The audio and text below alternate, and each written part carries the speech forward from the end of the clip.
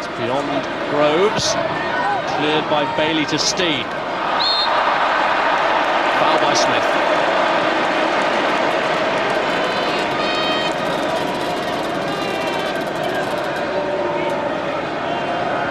This is most definitely the knife-edge scenario. A minute of the first period of extra time to go, and 15 more minutes for it to be decided in open play before the dreaded prospect of penalties. The header on was by Fletcher, cleared by McDermott only as far as Brissett. Bournemouth here with a whip hand, but it's blocked by Jobling. I think the pendulum's definitely swinging Bournemouth's way again, Rob. Grimsby, who finished the 90 minutes strong. Here's Beardsmore. Now just been pushed back. Young. Bailey, now can he get away from Smith again? Black is back covering two. Young had pulled out wide, he's looking for Fletcher.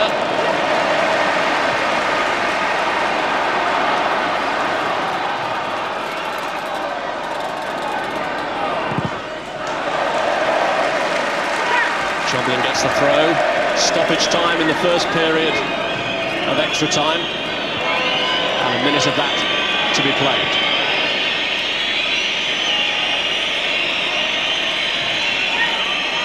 Grimsby, is it Tuesday, Rob? They have to go to Carlisle. Crikey. This is all they needed.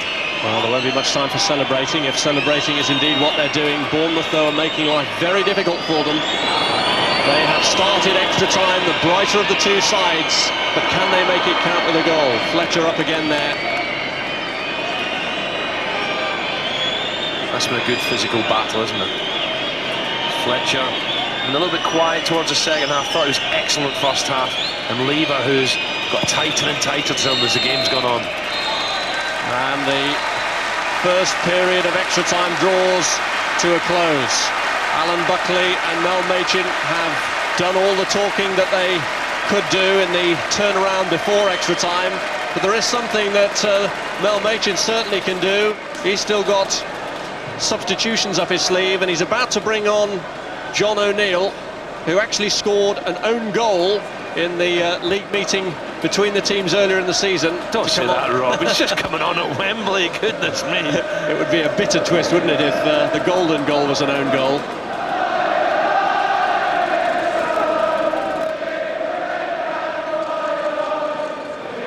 John O'Neill is going to come on, though, for this second period of extra time. The Glaswegian, who made one appearance for Celtic. Oh, he must be a good player.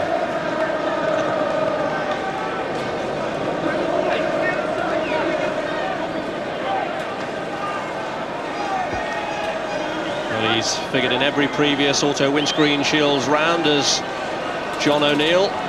Sub against Leyton Orient in the first one. Started everyone since up until now, but gets his opportunity because Russell Beardsmore has clearly run out of gas.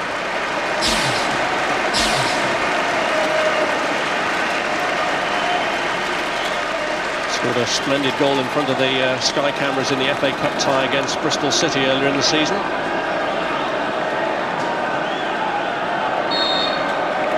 Is it going to take something spectacular to settle this game one way or the other?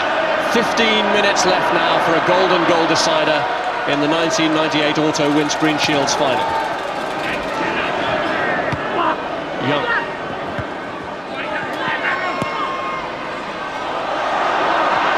Fletcher. Hand aside.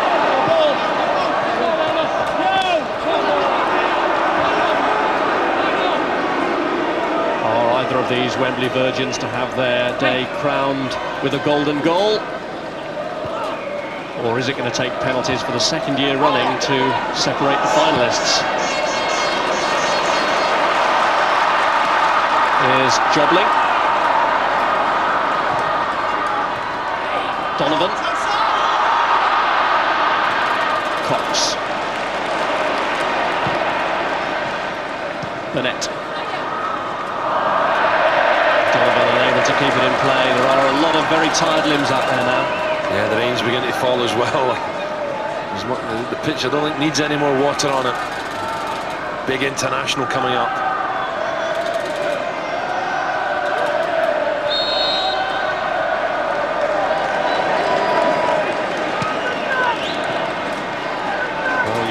to last year's final and the despairing expressions on the faces of Colchester's Peter Crawley and Carl Duguid when they missed the vital kicks before Steve Hayward got the crucial one for Carlisle, and you wonder if it'll be the same scenario again. Could be a golden goal though. Steen here applying the pressure, and did that go out for the corner? The referee says no. Well, I think it did. I think it did. Once again, Bournemouth looking a threat. Fletcher with a flick. Steen trying to get on it. And when you're tired, just get it long, I think. Give yourself a breather to someone like Fletcher. Here goes Donovan. Grimsby haven't really shown too much in extra time so far, but they have won a free kick here. Frustrated at the fact that he's given it away. Well, this is Kingsley Black territory as well. You can just see a little bender here, Rob. Left foot, top corner. Or will he deliver it in? The likes of Livingston. Well, Kingsley Black has already made a glorious impact since coming on as a substitute, getting the goal that started the Grimsby revival. Can he now crown it? It is floated in there, and it's Howe who gave away the free kick, who gets it away, and Robinson, who then puts himself in front of Black to stop him delivering again. Well, the youngster was distraught when they give the free kick against him. This time clearing well.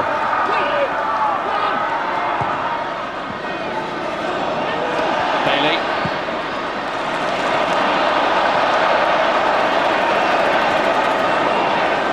Here's Young.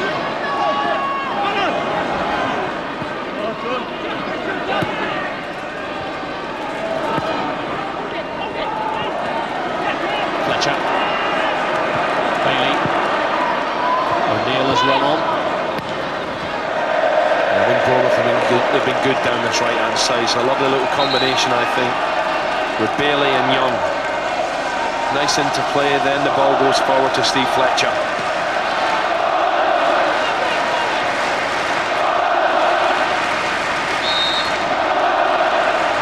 Well, the atmosphere inside Wembley lifting again as Bournemouth urge one final push for the goal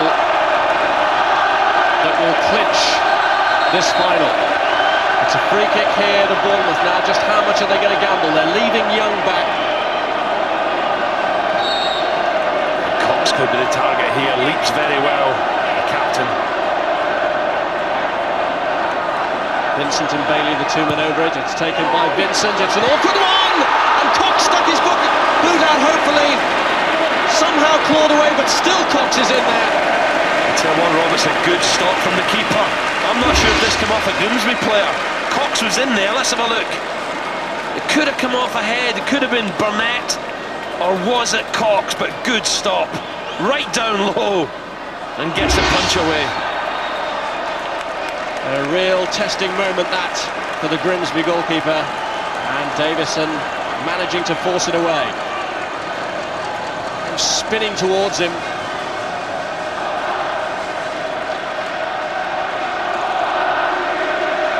Bournemouth have really bubbled in extra time. They seem to have found some sort of second wind to carry them on.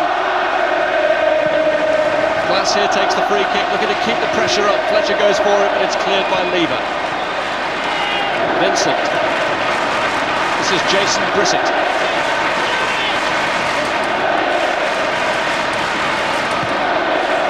Whereas at one time it was Grimsby who had the assurance at the back, now they're looking unsettled. This one goes in again, it's beyond Bailey.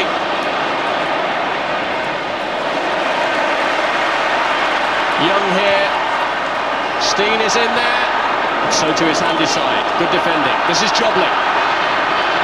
Now can Grimsby break in the final 10 minutes? They've been pegged back for much of extra time. Burnett. McDermott. Smith.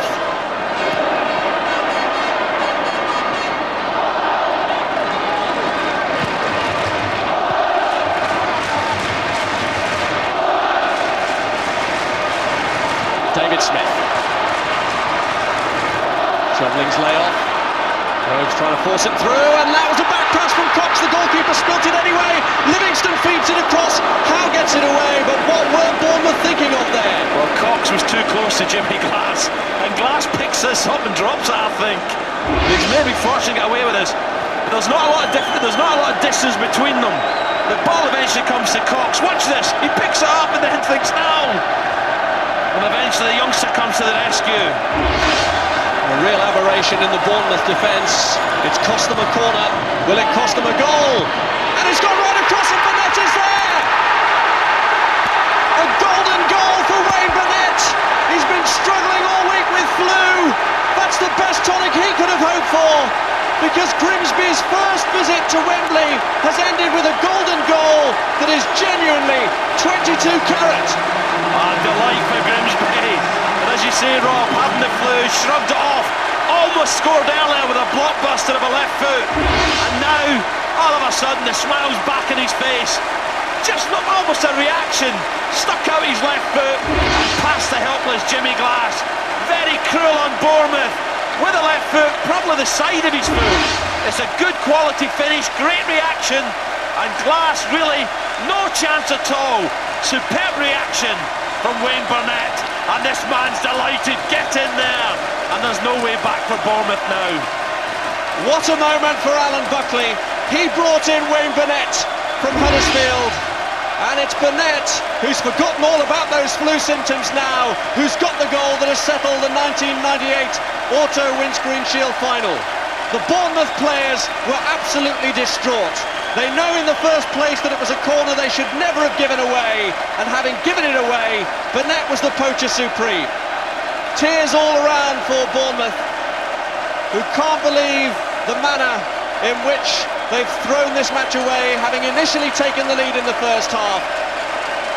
But from the seaside town of Cleethorpes, it's the Grimsby supporters who are waving their black and white scarves with pride. Most of their notable successes covered in the black and white era.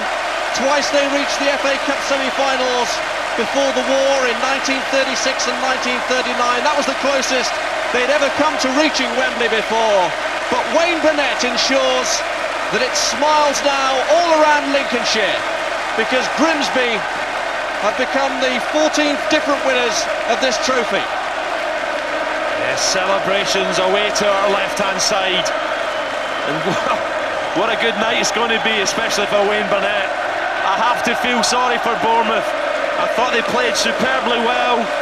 We're, just coming into the game more and more after a strong second-half finish from Grimsby. They should have nothing to be disappointed about. They both played their part.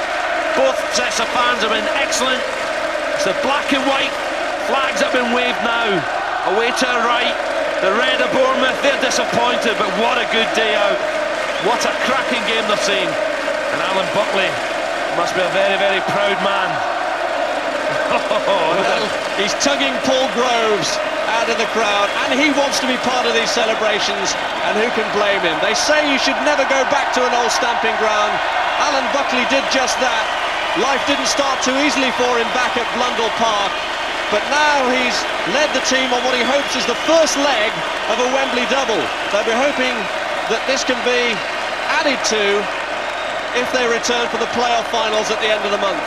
Wayne Burnett, though, is the Wembley winner on Grimsby's first ever visit here, and the rain that's falling cannot dampen the enthusiasm and the delight that they feel. Look at the rain coming down. They don't feel it now. And what a nice tonic. I'm sure when they've celebrated tonight, they've thought about it. What an incentive to come back here in a playoff final.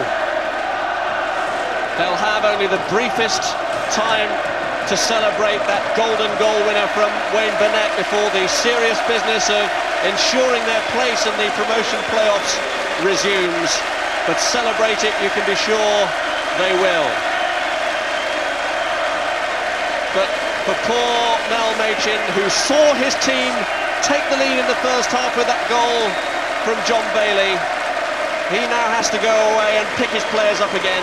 The fans sportingly give a round of applause to Grimsby. Their playoff hopes may well have died, but they'll hope to be back next year challenging for promotion. Someone buy him a Mars bar, poor kid. Very, very sad, but there's nothing to be sad about, I don't think. It's a cruel way to end the game. Better than penalties, I must say. But Cox, as he leads his side up, what a good future he's got. I was impressed with many of the Bournemouth players today, Rob. Ian Cox, I reckon there'll be one or two clubs maybe looking at him. Of course he's disappointed, dejected. Well, the runners-up medal being presented by Laurie McMenemy, and just on the right of him on your picture is Trevor Watkins, the Bournemouth chairman, who can be delighted with his side's contribution to this match. Indeed, for much of extra time, they looked like the stronger side, but that final mix-up at the end when Glass spilled the back pass from Cox and it led to the corner has proved so costly. It really is the one blot on what has otherwise been an impeccable display from Ian Cox, who can still feel proud after leading his side up the famed Wembley steps. That's incredible. Way to our right, the Bournemouth fans silent, just thinking about what may have been, and Steen was through near the end. I reckon they've enjoyed their day out though. Little yawn there, tiredness, whereas up the other end, Joyce occasion as Grimsby now go up to get the trophy. Well, this is a walk that Paul Groves, their captain, has made before with Blackpool when they won the playoff final on penalties.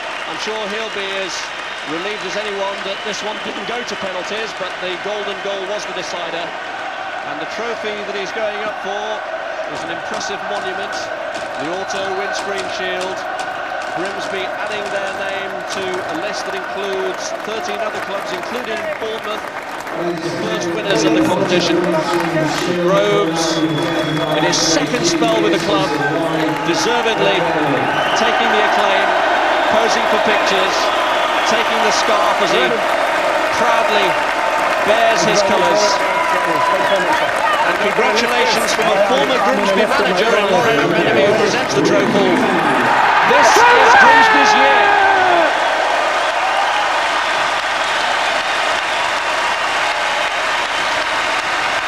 And all along the line it will go. Groves being reminded that there's a medal to go with the trophy too. Proud moment for the veterans, the people like John McDermott and Mark Lever, who've given such lengthy service to the club. David Smith, who had to perform roles on the left side of midfield and then at left back when Kingsley Black came on. But the man who stole the glory and is getting a special word of congratulation from Laurie McMenemy is this man, Wayne Burnett. He can throw away those antibiotics now. He's just had the best flu cure ever. Darrell Clare, the young player who was substituted, a disappointment for him, but it all ends in smiles.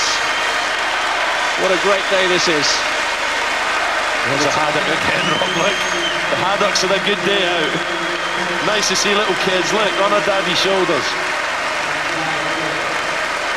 Well, they've trawled in the biggest fish of them all on this Wembley afternoon.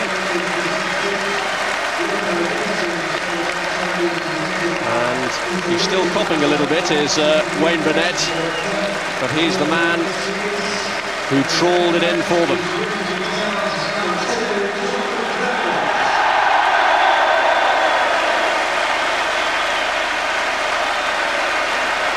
And the family final has brought smiles to many young faces. I reckon the congested A1 after the game will mean nothing to these people now. It's a lovely day out they've had.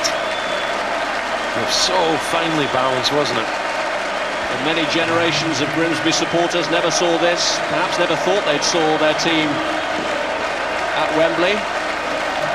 But here they are today, and they are winners. As the song says, they are the champions.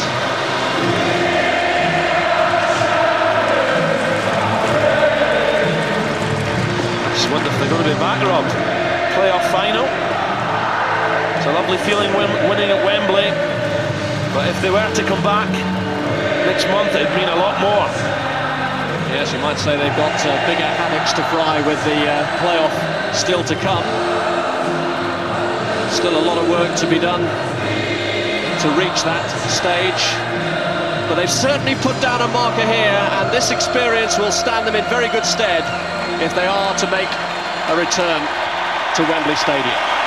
Oh, without a doubt, Rob, you know, some of the youngsters on the side, if they were to come back, they've experienced it, they've sampled it. It's not so nerving.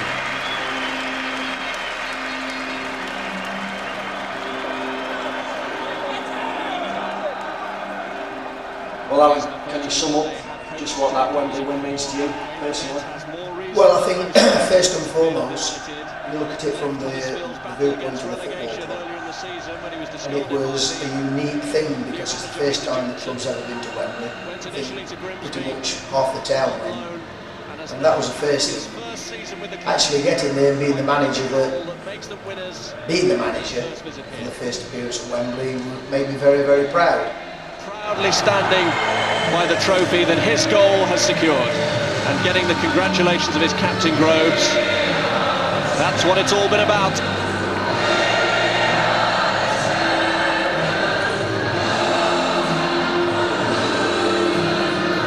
And there can be no argument about that on this particular afternoon. It's interesting, Rob, see the black and white flags all around this end. Way to our left. I wonder in a few weeks' time, is it black and white is going to be Joyce, or is it going to be red and white in the FA Cup final?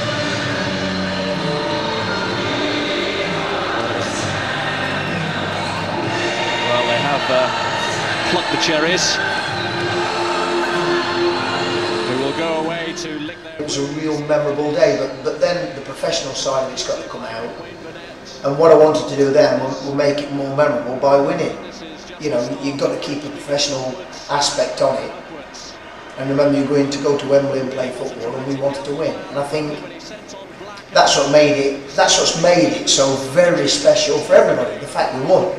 Now, I know everybody went down there to enjoy the day, and it was a fantastic day out. I don't think it would have been the same had we not have got the result. Crunch goal of this fixture. And I remember this day for a long time. First trip to Wembley for most of them, I reckon, watching Grimsby. You know, when you walk out, it's like a wall of noise hits you. It's absolutely unbelievable. Fish, haven't they?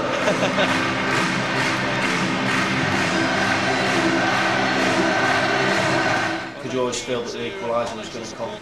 Yeah, I thought we were always going to equalise, but it was just a matter of time. And when we did, it was a great move, I think. Kevin Donovan and John McDermott down the right, and Kingsley Sterling at the back post, and really he had a small target hit, he hit it and the keeper couldn't get in. Balanced on a knife edge, and it was quite tense for them in that second period of extra time until Burnett cropped up with the winning goal. You were the player who nearly won the game for Grimsby Town inside the 90 minutes. What do you remember about those efforts on goal? I remember trying to back Kev up on the wing. Obviously, we always did it. Kev got it, cleared it inside to me. And I was looking for the front man, to be fair, into feet once we get it back. Obviously, they'd already gone over to support Kev, so I just kept on running it. Got to the edge of the box and it just opened up, so I let fly with the left foot. And for a minute there, I thought it was going straight in, but the keeper managed to pull off a good save. And then again you had another try, this time with your right foot in extra time. Yeah, I think it was something like the 90th minute. Liverpool did really well, got all of it. They had a nice little ball inside for me. I was that tired, I think, running up to it. And I just seemed to compose myself a bit at the edge of the box. Stopped. Remember, I just sort of, I think he was tired more than me as well. Just checked in, put it to the side, and it was as he could really. Like I say, he was going right in the corner. Significant happened in those previous appearances at Wembley, he was saying, but something very significant has happened here for him today. A major boost to his career. And Alan Buckley, who twice led Grimsby to promotion in his first spell in charge, now notches up another personal milestone. Well, Paul, you were the first man to get your hands on that trophy. What did it feel like? Can you put it into words? Very good, very rewarding for what we'd achieved to date. We played a lot of games to get there, and it was a good feeling. And the League Cup 14 years ago, when they beat Arsenal on the way and held Liverpool at Anfield but lost at home. But today, he's got here to Wembley, and he's going back a Wembley winner. Yeah, the departure from the Hawthorns clearly a long way from his mind at the moment.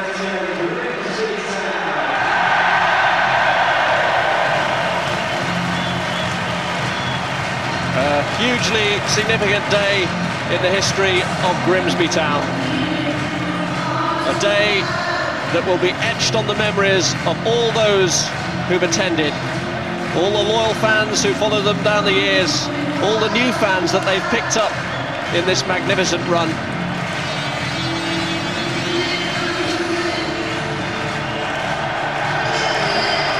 And you'll do anything, won't you, when your team have won? Looked better with it, actually, didn't he?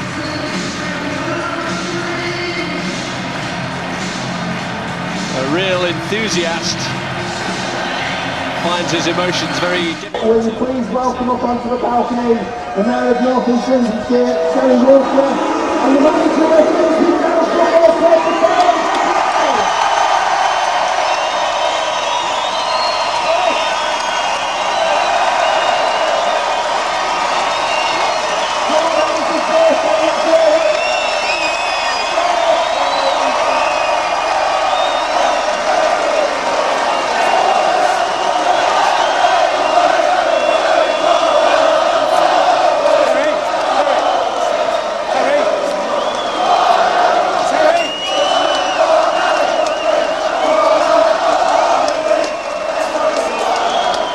And now welcoming the rest of the Grimsby Town team with the trophy.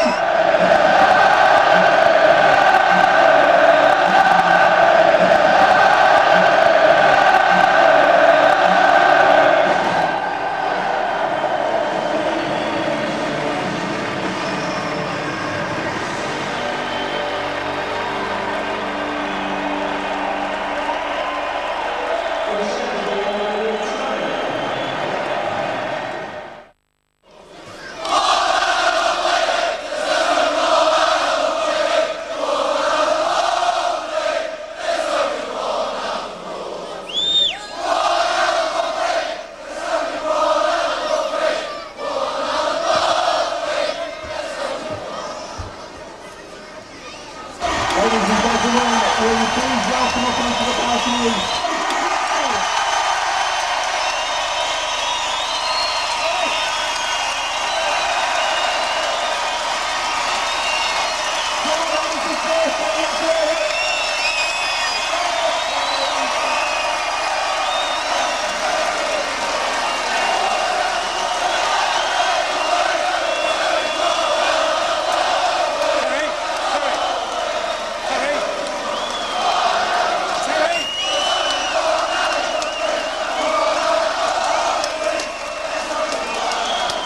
and now welcoming the rest of the Grimsby Town team with the trophy.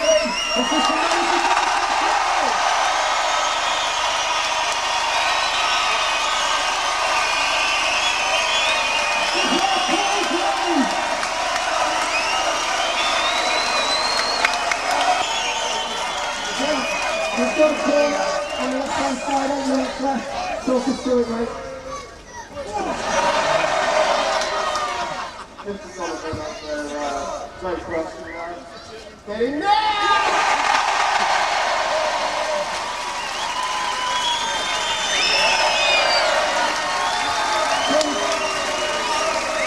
You want to do something down here from the lowest bottom line of the second in the game? The guys, please.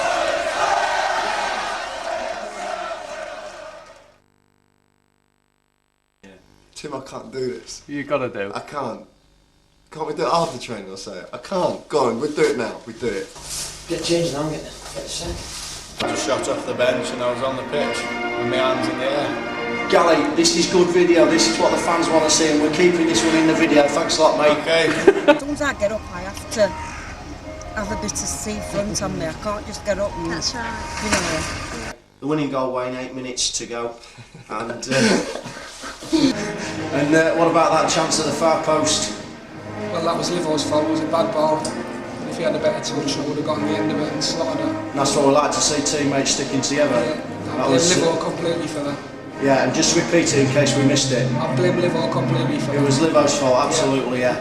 But good job we had Wayne Burnett really to make up for Livo's mistake. That's right, I mean Livo's had an absolute nightmare when he's come on. Luckily Wayne slotted the ball away and we've won. Yeah, and is Livo your vote for Player of the Year? No.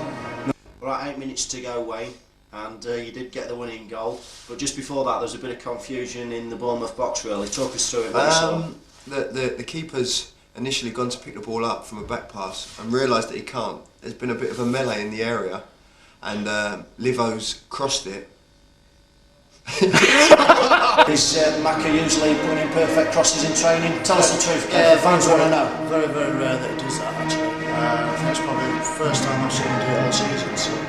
So he picked a good moment to put in his best cross of the season then. that's right, yeah, I suppose you've got to have one decent cross in the season, may as well do it at Wembley, haven't you? Yeah.